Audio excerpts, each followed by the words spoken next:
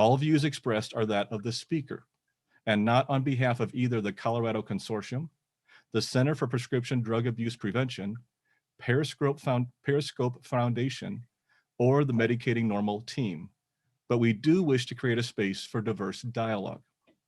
We will start the discussion shortly, but first I wish to introduce each of the panelists. So I'm going to give you a brief bio on each one.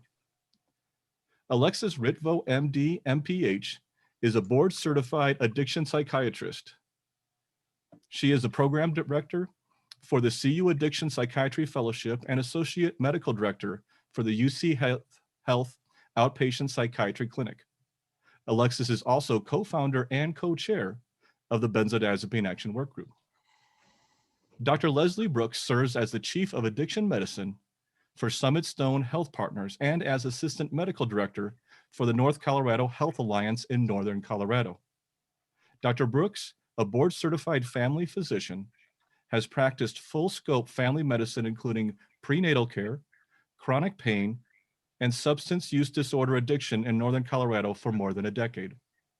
Additionally, Dr. Brooks serves as co-chair of the Consortium's Provider Education Work Group, a position she has held for the past 5 years.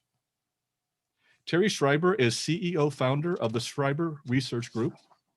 Terry's work is informed in part due to her lived experience with the challenges associated with benzodiazepine tapering, withdrawal, and post-acute withdrawal. Her experience was dramatic and life-changing, prompting her to collaborate with the Alliance for Benzodiazepine Best Practices, BenzoWise Colorado, and the Colorado Consortium's Benzodiazepine Action Work Group to find solutions. John State is a patient advocate who suffered through 4 years of chronic, unexplained physical and cognitive symptoms, which resulted in multiple misdiagnoses. His search for answers led him to seek the advice of over 30 doctors, including a consult at the Mayo Clinic. Only through his own online research did he discover he was suffering from benzodiazepine tolerance and withdrawal. He is currently in the midst of a difficult multi-year benzodiazepine and antidepressant taper. John lives in Colorado and is a member of the Consortium's Benzodiazepine Action Work Group.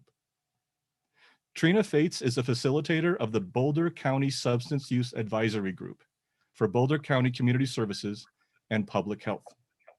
Trina lost her dearest friend 4 years ago to an unsuccessful 2-year benzodiazepine withdrawal attempt.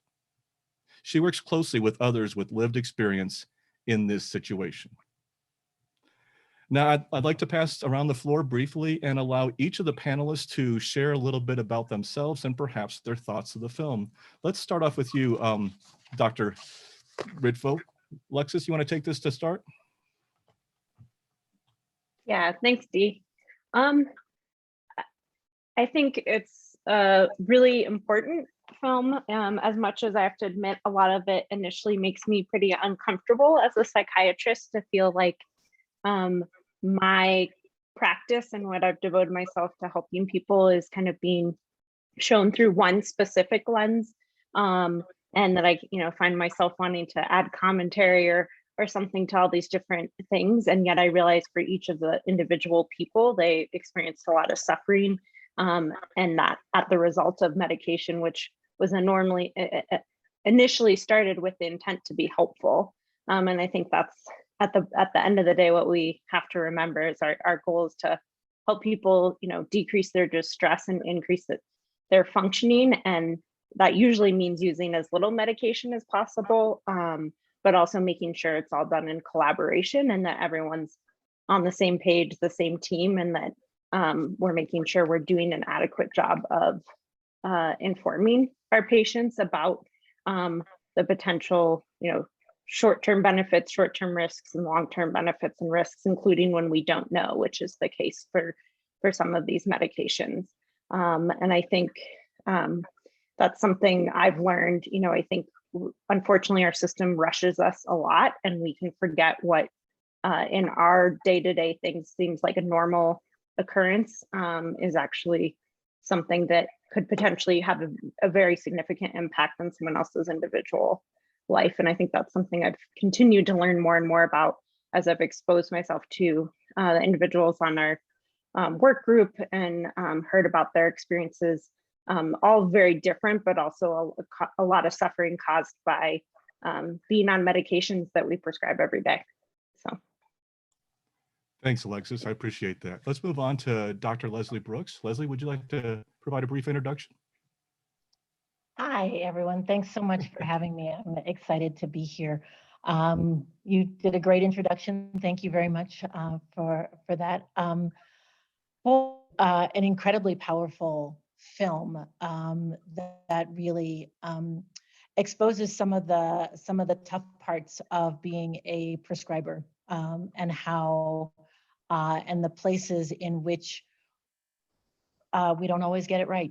I echo a lot of what Dr. Ritvo has said. You know, there are lots of external pressures on the practice of medicine, just the logistics of medicine that make some of these things hard.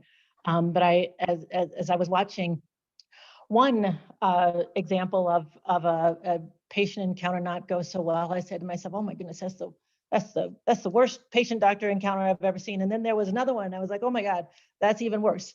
In the film, and just really wishing they had gotten to someone who could slow down a bit and offer more.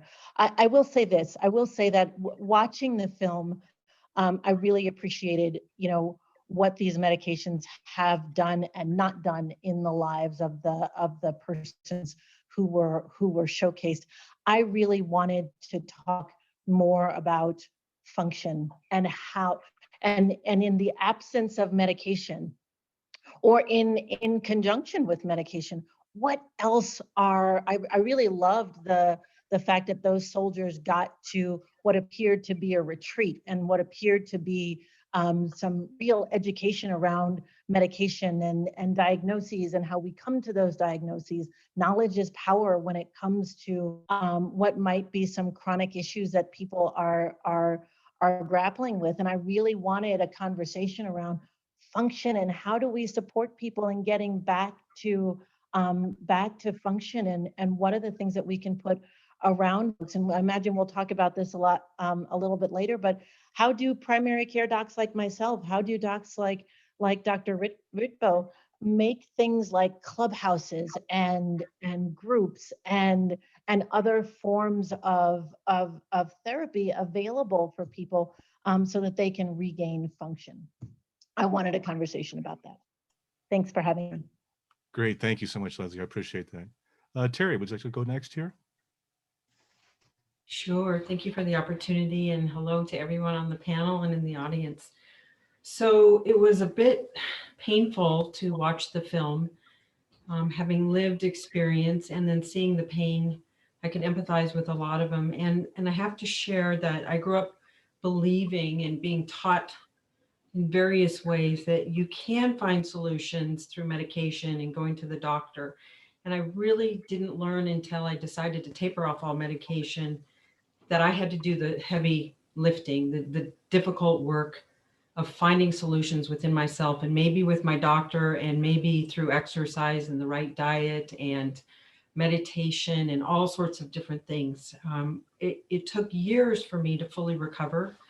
I tapered in a way that isn't recommended in the film, and I don't recommend it to anyone else, but I tapered off of the equivalent of 10 milligrams of Valium in 10 weeks. And I suffered severe post-acute withdrawal. And it's a lot of really hard work. And there was a quote that I want to reference in the film that said, there's a chemical mental torture. I think that's the best way to really characterize what I felt like I went through. There was at moments suicidality. Thankfully, I didn't act on that in a way that wasn't reversible. It was reversible.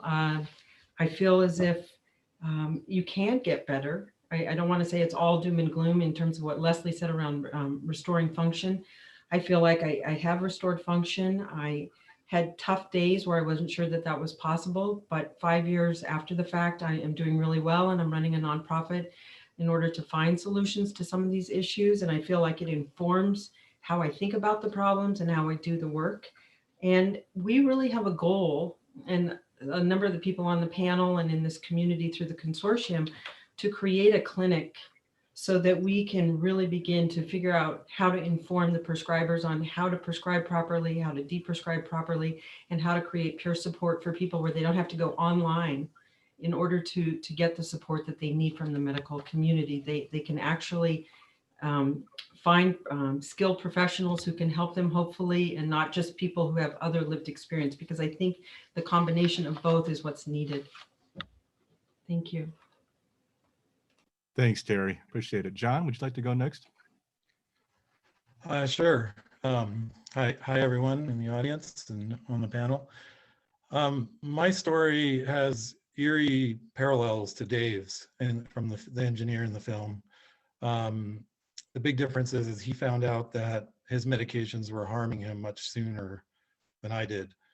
I was a very conscientious student, high achiever, and I had a kind of a tough senior year in high school and a tough freshman year in college. And during that time, I saw a psychiatrist and I was prescribed Xanax. And you know, early on in taking Xanax, which I always took exactly as prescribed, I didn't see the harms that were happening to me. I didn't have my first panic attack until several months into being on Xanax. So you can imagine how I felt when I saw the presentation of the graph of the clinical trials when people were put on Xanax for 4 weeks and the outcomes versus 8 weeks, especially since I was on Xanax for 30 years. After being on Xanax for some time, I had my first panic attacks, or first episodes of what I would call depression. I believed my psychiatrist. I saw 5 different psychiatrists over 30 years. Every psychiatrist I saw, I thought had my best interests at heart. They seemed kind, they seemed compassionate, they seemed caring. So my experience with psychiatrists is very different from, you know, some of the depictions in the film. But it was that compassion that made me trust, that made me, you know, believe deeply that in the diagnoses I was given, in the medications that I was prescribed. And so fast forward to about 2013, life was actually going really well. My wife was pregnant with our first child. I was, after years of thinking maybe I wasn't up to the task of being a father because of my mental illness or diagnoses, I was thrilled at the prospect of being a dad. And, but it was right at that time I started having physical health, my physical health started to decline. And I started having strange symptoms like muscle twitches and pressure in my head, ringing in my ears, severe fatigue. And that sent me on a journey of seeing specialist after specialist, trying to find out what was going on with me and causing these physical symptoms, heart palpitations, all sorts of bizarre, I mean, at one point my list was up to 42 symptoms that I had. And I mean, we were so concerned that my wife and I, we thought I was dying of something. I thought, my goodness, I'm finally a dad and I've got some sort of chronic illness. And we were so determined to find answers, we flew to the Mayo Clinic, where I was misdiagnosed with autoimmune encephalitis, for which I received months of infusions for. But I didn't really realize what was going on until my psychiatrist reduced me. At one point, he changed me over to Valium. And all along in this process, I asked my psychiatrist and all the specialists that I saw, you know, could my meds have anything to do with what's going on with me? I mean, I'd always diligently list my meds, and the answer was always, no, it's not your meds. It must be some form of neurological disease. And then when my psychiatrist had me reduce from 12 milligrams of Valium to 11, within 24 hours, I was suicidal for the first time in my life and nearly attempted suicide. That day, my wife and I you know, we figured out it had to be something to do with the volume. And we Googled benzo withdrawal, benzos and suicide. We found the Ashton manual online, and there in the Ashton manual are all of my symptoms listed that I had been experiencing. And that was our moment of truth and our answer. I'm now tapering off of my antidepressants and my benzo. It's a long, torturous process. And in the process, I've had to resign from my job that I loved very much. But I've got to get well for my family. And the only way to get, as I say, the only way out is through. And I've got to get through this to get back to my family. So. Thanks, John. Thanks for sharing that. Trina, would you like to say a few words here? Thanks, Dee. You betcha. I want to thank the consortium for allowing us to show this amazing documentary. This is my third time viewing it, and I took multiple notes again. It just keeps speaking volumes with what it covers. In the beginning of my work with substance use disorder, we focused primarily on opioid use. And I think it's so interesting to see the parallels between the way opioids were prescribed under a pharmaceutical industry that pushed no one should ever be in pain, to how the film brings up benzodiazepines and other antipsychotics being prescribed for folks because they're in discomfort. And that discomfort is part of the human embodiment of life, and that there are so many alternative ways to treat discomfort or what we're calling depression and anxiety, rather than antipsychotics or benzodiazepines. When I lost my best friend, I was doing this work mostly around opioid response, and she had been prescribed Xanax for 20 years. She was taken off it abruptly because she was trying to increase her dose, and she was at the maximum dose. She had 3 girls. She was homeschooling them. She lived on a farm. She had what we would call the perfect life. She was taken off abruptly and then went into very difficult side effects, was put back on them, back and forth, similar to some of the stories you heard. She took her own life after 2 years of struggling with this, a beautiful, whole person who didn't make it. I have 2 other friends who have also experienced this, having been prescribed benzodiazepines for over 10 years. So I don't think it's as uncommon as we really think. I think that the words of one of the folks in the documentary, that there's a silent epidemic of people trying to get off their psych meds, is really what we're looking at, and the stigma that's attached with that. And again, to put that all together, the stigma against mental health disorders, so that we don't want to talk about this at all. So much of this is really destigmatizing and helping folks in the proper way and learning coping skills.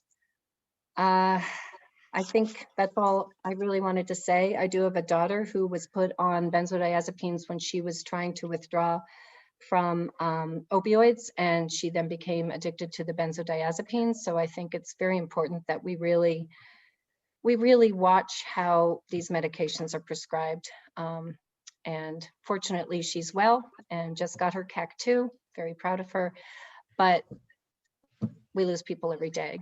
So thank you, Dee. Thanks, Trina, and thank you everybody for the introductions.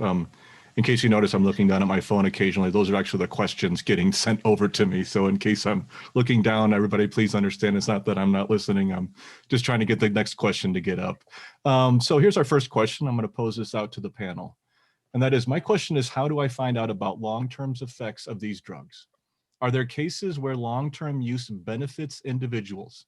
I am on Prozac, and it has helped tremendously, and I have no negative side effects. I want to understand if it would be worth it and the smart thing to do to taper or go off completely. Would somebody like to take that one to start off with? I'm happy to start and then let others. I mean, I think, as I already mentioned, I think this is all a risk benefit. And while I think we certainly need to shed more light on the risks, and that there are especially a portion of people that experience really horrible side effects that I think we don't often hear about because they feel so dismissed. There are also some people that have really benefited from these medications. There are some people that the potential side effects, they don't experience them as much, and their increase in function and their ability to manage distress with the medications and other interventions like therapy and other social support mean that staying on medication is the right answer for them.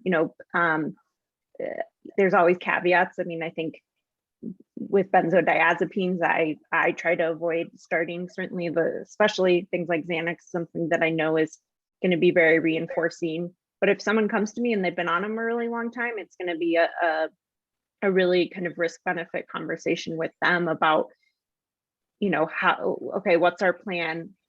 This is a slow process. Even if, at some point we may have to decide whether the risks of getting you off are greater than the risks of staying on. And that can be something that we can continue to revisit. And even if we can get you on less, that might decrease some of these side effects or risks, but that it's very slow. I will say, having had friends and family that have suffered, with lifelong anxiety, for some of them, being on an antidepressant indefinitely has been something that has provided a very solid foundation.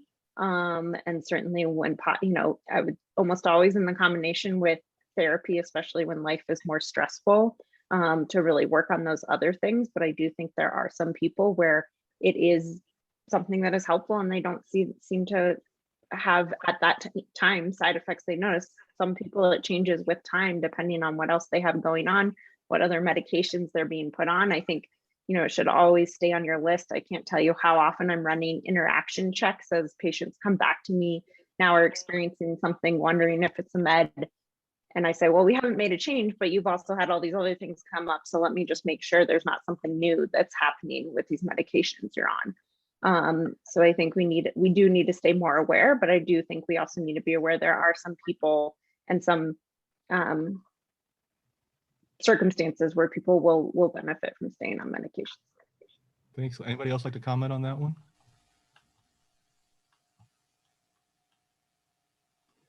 Leslie, if you're talking, I think you're muted. I'm not sure. Sorry. There you go. Thank you very much. I'm gonna get an award this year. I am always muted when I start talking. I would just echo what Alexis said. I think that this deserves careful conversation with your provider who should come well informed. There are some folks for whom they don't experience side effects. The medicine facilitates function, and they are able to live a full life in the context of taking that medication.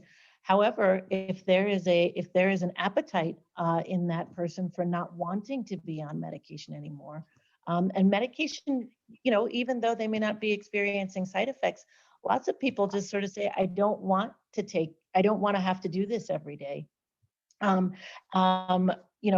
Having your provider be really open to that conversation is really important. I get questions a lot from other professionals, our case managers and social workers and law enforcement folks who are like, why would a prescriber tell someone that they can't come off of medication?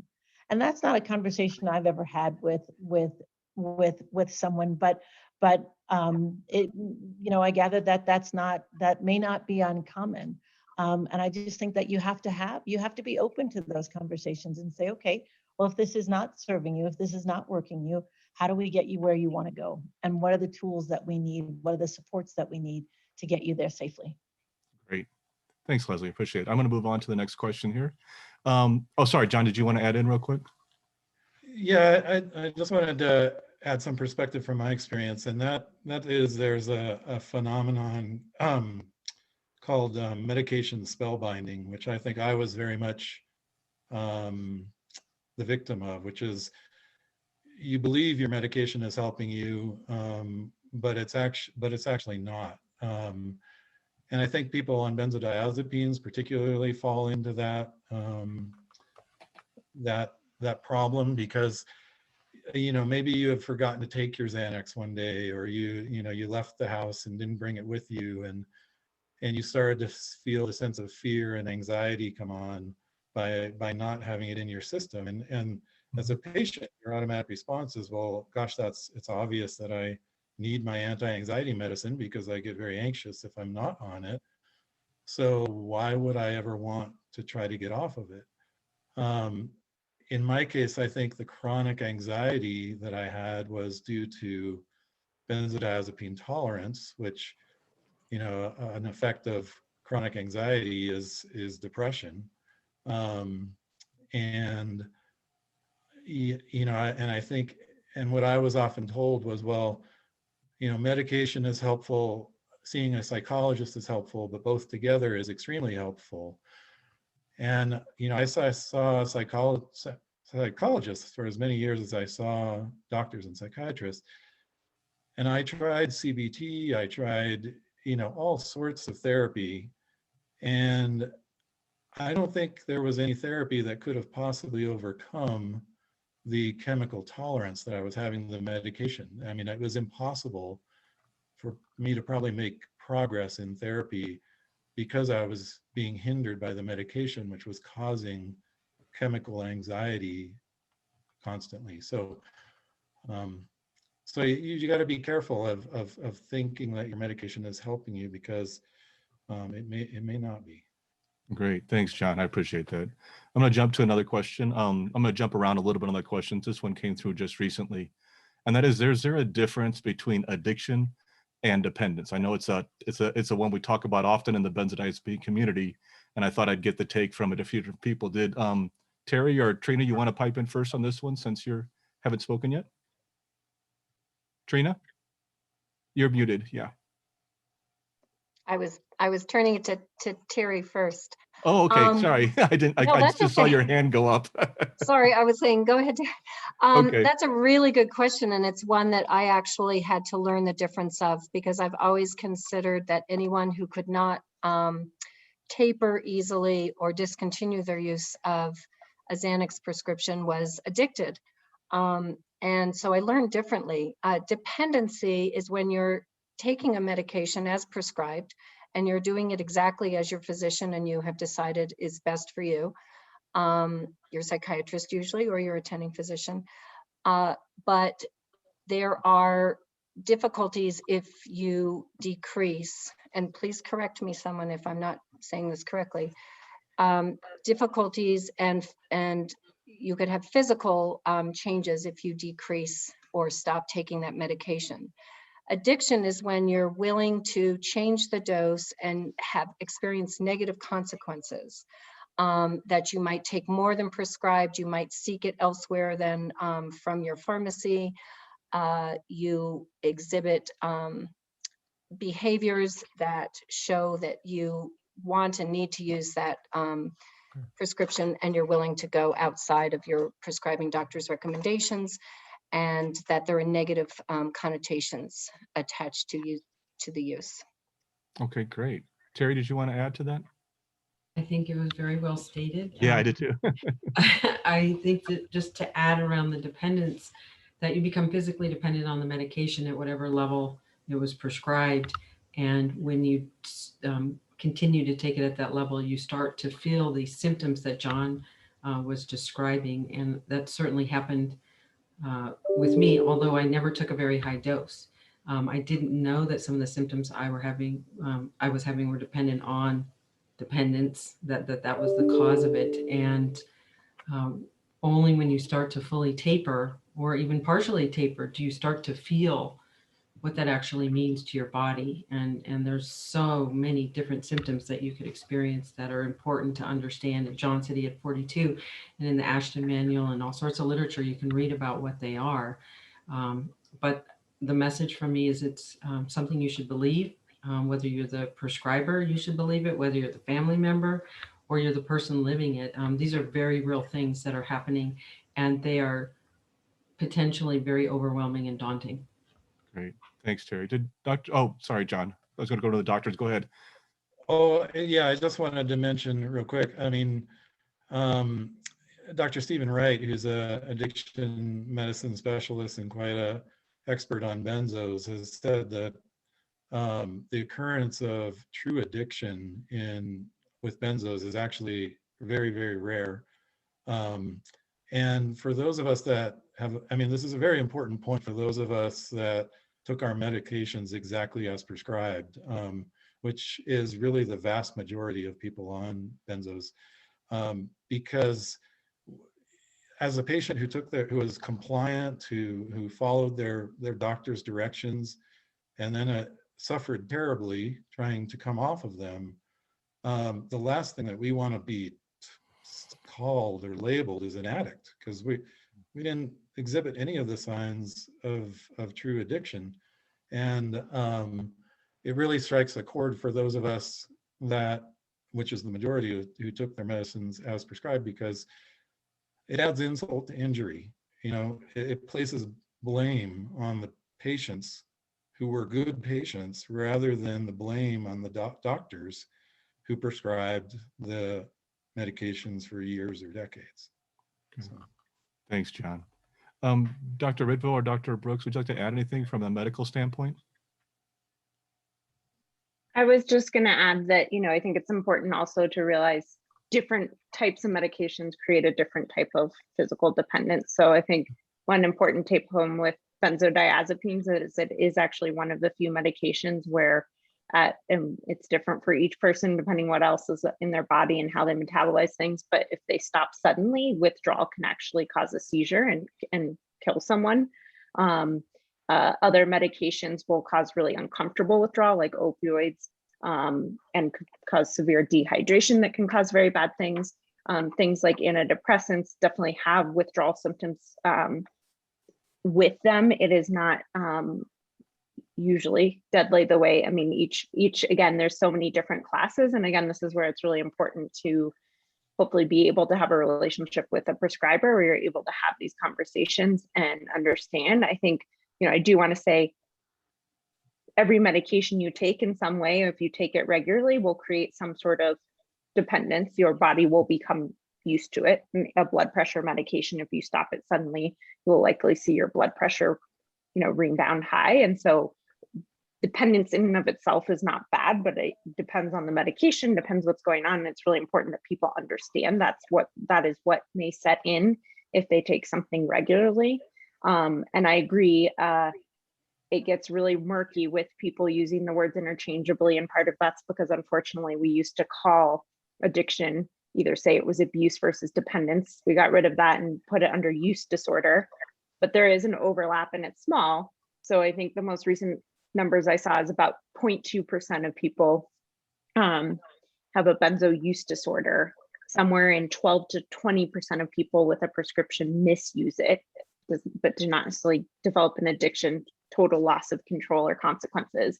But then the vast majority of people receiving a benzodiazepine prescription are taking it as prescribed. Great, thank you, doctor. Hey, I want to move on to another one here. And a couple people have asked about healing. One person mentioned about how you help loved ones understand that the withdrawal lasts even after you have tapered off the medicine. This person mentioned, I once heard Angie say that she looks all right and sounds all right, but she isn't all right. And another person said, what about getting back to normal? What is that? And why are we so focused on normal as we are healing? So I think those are both kind of tied into, this is a very long process for some people. And why does it take so long? How do we communicate that to people? And what is returning to normal? What does that look like? Anybody want to dive in on that one? Terry? Wow, big question, important question. So what does it mean for me to return to normal? Before I started taking benzodiazepines, I was working, you know, in my career, I was a senior manager of a large corporation. I had a lot of responsibility. I managed a global team in 64 countries. And then I was having a hard time sleeping. I was managing a group for some of that time that was in Munich. I was in the Seattle area, and I would wake up at 3 in the morning all the time because the team was over there, and that was a good time of day that I could get hold of them. And I started taking these medicines, and for a while, I was doing fine. I left the corporation. I went to earn a second master's degree. For a time, I was working on a PhD. Everything seemed okay, and then my life sort of fell apart as I understood it. So getting back to normal for me was, would I really be operating at that same level? Would I be able to do research or work at the PhD level, even though I didn't finish my PhD? And there were months and years where I wasn't sure I was going to be able to work again and use my brain in the way that I had depended on it for all of my adult, life and my career. And then I started, to see glimmers of hope, literally from the first days of tapering off medication. So for me, normal was, waking up in the morning and having some semblance of happiness, joy, ambition, interest in various things. And it became where I'm better actually than I was before this all happened. And what I mean by that is I don't make choices in the same way anymore. I'm very cautious about medicine.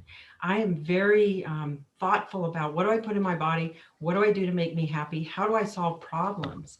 And so the lesson that I want to share to those who may be still suffering and hoping for a better day is that through a lot of hard work and a good support structure, the right genes, I don't know exactly what the variables were for me, but it did happen.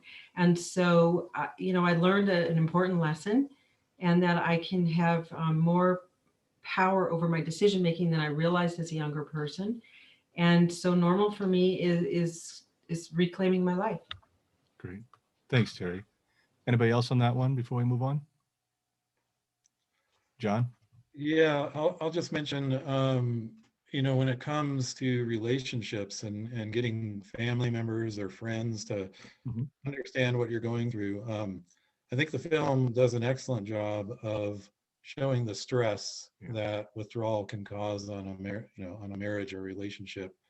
That's particularly true when you don't even know you're in withdrawal, when you're irritable all the time and you're short-tempered and you snap at your spouse, and your spouse or your family is left to believe that that's like who you are, or that they don't have an explanation for why you're behaving in the way you are. Yeah. A big turning point for me was realizing I was in withdrawal, and frankly this film, and also Lisa Ling's episode that she did on CNN on benzos, I found that showing friends and family this film has been the quickest way to get them to understand what I'm going through. But that doesn't mean it's still not an extremely lonely experience at times. I mean, there are friends of mine who have not watched the film and don't seem to have an interest in knowing what I'm going through. There are other friends that have been very supportive, but it's a lonely, scary journey. It really is. Thanks, John. I'm going to move on to another question, if that's okay. This one is actually talking about research. It's how do we get studies completed and funded to show withdrawal symptoms and to show the experience of benzodiazepines? How do we get more information? I don't know if maybe Leslie or Alexis, you want to start off with this one, or? They're looking at me like, going, I don't want it. Does anybody would like to? There we go, Leslie. Thank you. Yeah, I'm gonna pipe up here, but I don't know that I necessarily have any answers. I mean, I think that how research gets funded is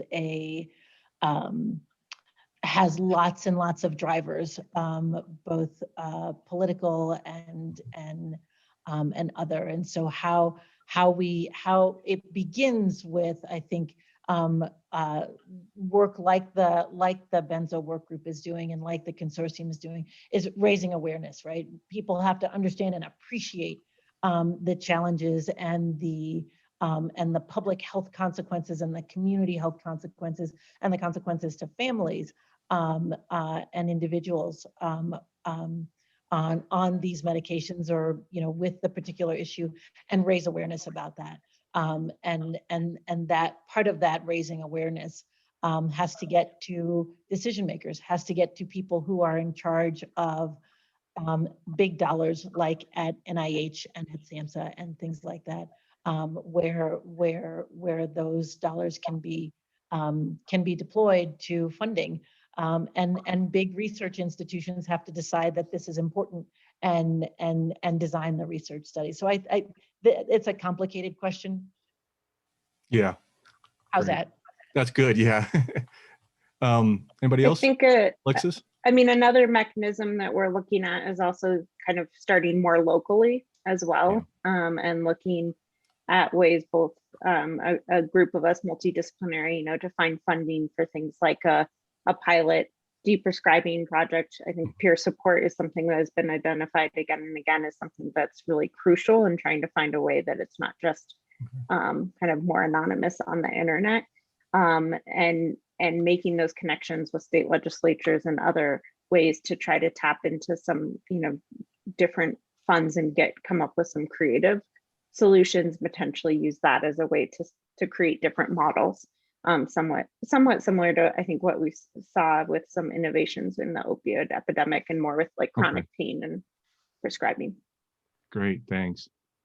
Jump on to another one here. It says, I'm curious to know what symptoms these people are still struggling with after tapering off meds years later. I have a hard time believing that having whatever these symptoms are several years later are a direct cause of the medications, considering that half-life of these meds. Anxiety, depression, PTSD is a normal brain function. It's activation of the fight or flight response. It is possible that some of these people are still in fight or flight mode, given their past trauma. As a benzo harmed individual myself, who was on Klonopin for 12 years and now 6 years off, I can tell you, I know I have symptoms from this, but I can't tell you if it's PTSD or it's from the neurological damage to GABA receptors and other peripheral nervous systems. Do we have the solid information as to what's actually causing protracted withdrawal symptom? Anybody have an interest on that one? Yes, Terry. I mean, I can't speak to the physiology of protracted withdrawal. It's a very complex issue, and I usually defer to people like Alexis and Steve Wright, Dr. Ritvo and Dr. Wright, to answer those questions. But I can tell you unequivocally that through my journey, there were definite points of demarcation relative to symptoms. So an example would be initially insomnia, sleeping 1 hour per night. I'm happy to report that last night I slept 7 hours with no medication. I went running and I rode my bike and I was tired and I had a long day and I slept well, but I had a resting pulse of 120. Now my pulse is usually between 55 and 60 as a resting pulse. So, there are very clear symptoms that you can measure, and I'm kind of a data person, and I would keep a journal and I write down all the symptoms. And there is definitely a difference. I used to have palpitations that were just, causing all sorts of distress. There was a tightness in my throat that would not go away. And I'm talking for years at a time I had these symptoms. So I don't know for you, Dee, or for others, how they can, delineate what that is for them. But I definitely saw at the 3-year mark, a lot of that went away. Yeah, I would agree. Akathisia, formication, I mean, all the different things that are going on, the bizarre ones, not just the psychological, but physical ones. Yeah, definitely improving years later, but they still take years for some people. It can take that long to improve. Anybody else? Yeah, I mean, I'm not off the meds yet, but one of the things I think that's difficult for physicians, why it's difficult for them to believe these symptoms is, it's some of them are not measurable. There's, I went through all sorts of testing that came back normal. And I think physicians often, would see my anxiety diagnosis and depression diagnosis, and they would blame those as the causes, like psychosomatic, that I was having psychosomatic symptoms. Yeah. It wasn't until I got neuropsychological tests done and which showed my cognitive functioning was like in my verbal skills, I was in the 98th percentile, but things like processing speed and executive functioning and short-term memory, I was in the 15th percentile, 18th percentile. I mean, and the Mayo Clinic repeated those tests and got the same results, and they felt it was so serious and I was so seriously cognitively impaired that they thought treatment for suspected autoimmune encephalitis was the answer. So Yeah. that is one of the tough things in this is getting physicians to believe you, because they aren't seeing anything on tests. And I think it's a good point to bring up too, because as this person mentioned, could it also be PTSD? Another factor that Ashton mentions. And for those who don't know, Ashton is the writer of the Ashton Manual, which is is actually a paper that many of us have used to work our withdrawal. But one thing she mentions is a learning deficit. One of the things we have to keep in mind is when you've been on benzodiazepines long-term, like many of us have, that we aren't having to use our coping skills. The drugs are taking care of that for us. As we come off of them, we are out of practice, and so that's another factor. There's other factors that come into play with this. And so we need to consider all those factors, I think, as we're recovering. In the end, it's still, we have ongoing symptoms from this experience, regardless if it's learning deficit, PTSD, neurological damage.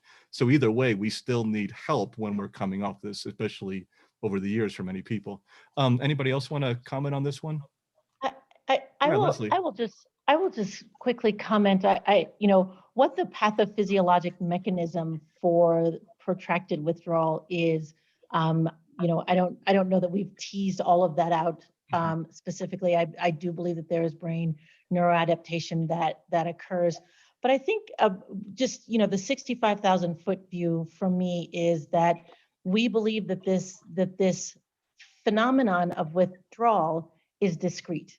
Right? That it's this, and we design policy around it. And I think that's really important for us to sort of signpost and be aware of, right? We misunderstand addiction. We misunderstand this phenomenon of withdrawal. And we know that it's not 7 days, which is, what sometimes gets paid for in withdrawal management levels of care, or 3 days. We know that this phenomenon is much longer than we write policy for, than we design reimbursement structures for. And I think those things are important to keep in mind. Again, what the cause is, what the exact, pathophysiologic mechanisms are, I'm not sure, but our misunderstanding of this phenomenon of withdrawal as this discrete thing that is sort of a light switch that goes, at day 7, you are done with this withdrawal, is a fallacy.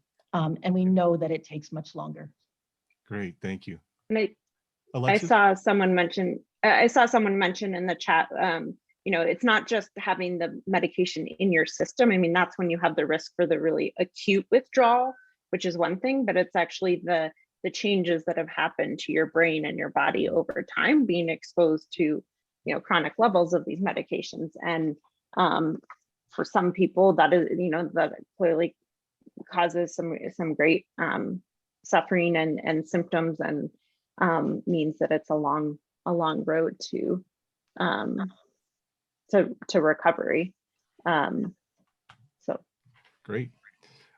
Okay, one more question I want to make sure we get in here before we run out of time, and that is, what is a good source for information about the side effects and other specific information? This person mentions like the Xanax study showing the decline after 4 weeks, et cetera. But I just think it's a general question, which is, where do people go for good information about all these drugs, but especially since this is our topic today about benzodiazepines? Where would people send them? So who would like to take that one on first? Well, I'll say from the patient perspective, look for a Facebook group by the name of the medication that you're on or that you're considering taking, like benzo withdrawal support, or Effexor withdrawal support, and join one of those groups and see what people are going through trying to get off of the medications. That's where patients get some of their best information, is from the withdrawal support groups. Our Benzo buddies .org for benzodiazepines. Ironically, after I realized what had happened to me, I read the Xanax label, and at least a third of the symptoms that I've been reporting to all these doctors was right there in the drug label. I mean, it shocked me that I guess my doctors were not reading the drug labels, because many of the withdrawal symptoms are right there in the label. So we read the drug label. Great. Thanks, John. Who else would like to? I mean, I can think of a couple right off the top of my head. Benzodiazepine Information Coalition is an excellent resource for very valid information. It can be found at benzoinfo.com. The Alliance for Benzodiazepine Best Practices is at benzoreform.org. I think those are two of the leading organizations, nonprofit organizations, that are helping provide really valuable information about benzodiazepine and benzodiazepine dependence. I do the Benzo Free podcast, and I try to provide evidence-based information. Please feel free to check that out. Those are, I think, a couple of the big ones. Anybody else like to add to that?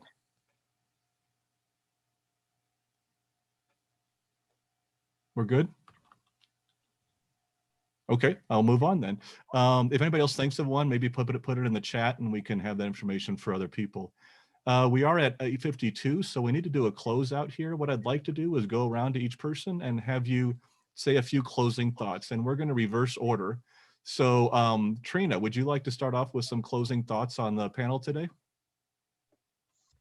Yes, I just want to encourage everyone who wants more information to go to those websites, and as John mentioned, to go to the Facebook groups. I know that the Facebook groups really gave my two friends who are here today doing very well the information and the hope that they needed, and the other people to communicate with and get support and share support, and to let them know that they weren't alone and to not feel so isolated. So much of that, when you're thinking you're going crazy and you don't know what to do, to know that there are other people there and that you have that shared lived experience can be so important. To really question your doctor, whether it's an attending physician or a psychiatrist, to really talk to them. And if they're not listening, and if they're not, and we tell the kids in the high schools when we go into the classrooms in Boulder, Colorado, we say, if you don't like what your doctor's telling you, or they're not talking to you, just go to another doctor. Find someone who will talk to you and who will listen, because there are wonderful doctors out there. You just need to find them. Thanks. Thanks, Trina. John? Yeah, I think the one thing I just wanted to mention, I think the film does a good job of showing the severity of withdrawal symptoms, but you know, to give an example of how this is not in our heads, I'm tapering my Valium extremely slowly. It's like putting your foot on the gas pedal, and if you go too fast, if I go too fast, I go into a state of terror that is unlike anything I've experienced my entire life. It's like a panic attack that doesn't stop for hours or sometimes days. So I just want for the doctors in the audience who might be thinking to themselves, well, you know, is this a recurrence of their underlying anxiety or something like that? Withdrawal is nothing like regular anxiety for me. It is far more severe, especially if you taper too quickly. You know, you gotta go slow, and doctors will put us on these medications for years or decades. What's the rush to come off of them? You know, doctors should take people off extremely slowly. Thanks, Be John. safe. Thanks. Terry? Thank you. So I wanted to say thank you to the filmmakers for having created the film, and to everyone on the panel. But I also want to share that we as patients have more power than we realize, and we tend to give it away. And so I want to encourage anyone who's experiencing challenges with their medication, specifically the benzodiazepines, which is something I understand a little better, that we can reclaim the power, and we can have partnerships with our medical providers, and we can ask tough questions. And ideally, they will work with us to find the right solutions. But if they don't, and as Trina said, you can find somebody who might. And in my case, I found a pharmacist and an allergist who were able to help me. And I feel really grateful to be in the position I am today, having recovered from that experience. And I just want to share that hope with others. Thank you. Thanks, Terry. That's great. Dr. Brooks? Thank you, first of all, for having me. Thanks for showing the film. Thanks for contributing to this really important dialogue and space. Your provider ought to be your partner. You ought to have a provider who listens, who reflects back what you're saying. This ought to be a partnership. I want to recognize that and if you're not getting a partnership, if you're not getting that kind of engagement and dialogue and listening, move on.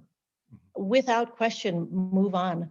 I also want to recognize what a privilege it is to feel empowered to move on. Many people do not. And I don't know that I have a solution to that, but I think that that's a message to us as providers that we need to recognize when marginalized populations are coming to see us, and how we need to share our power and create space for people to tell us what they need and listen to us. But your provider ought to be your partner. Thanks, Dr. Brooks. Dr. Ritvo? Yeah, I also want to thank you, thank the makers of the film and the panelists, and Dee for overseeing this. I think, gosh, there's so many things to say. I mean, one is the importance of just continuing a dialogue and letting all opinions and experiences be heard, because I think each and every individual person experiences something completely different, and none of us know what it's like to walk in the other's shoes, and the best we can do is to talk and try to understand.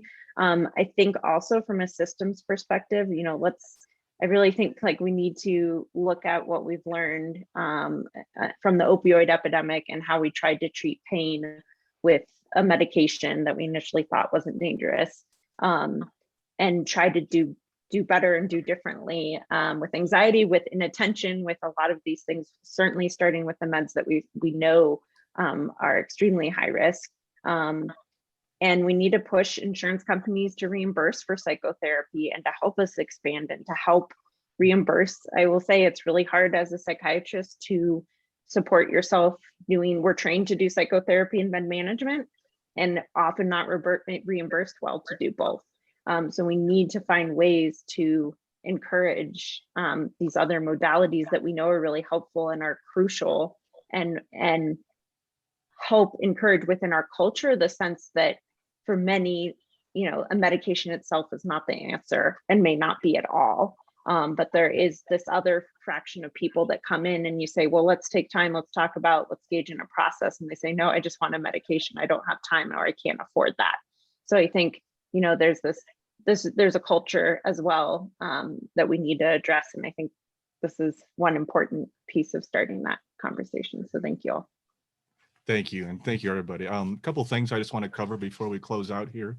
Another great source for information we didn't mention earlier, of course, is the Medicating Normal website. There you can find more resources, a reading list, and a list of upcoming screenings and more. So please also follow Medicating Normal on Facebook, Twitter, and Instagram, and subscribe to their YouTube channel that houses over 100 outtakes of the film. So you want to check that out. This recorded panel discussion will be uploaded to the film's YouTube channel soon. If you have ideas for future screenings or would like to host one for your group or organization, email the film team at medicatingnormal@gmail.com. I would like to thank the Benzodiazepine Action Work Group for hosting this screening.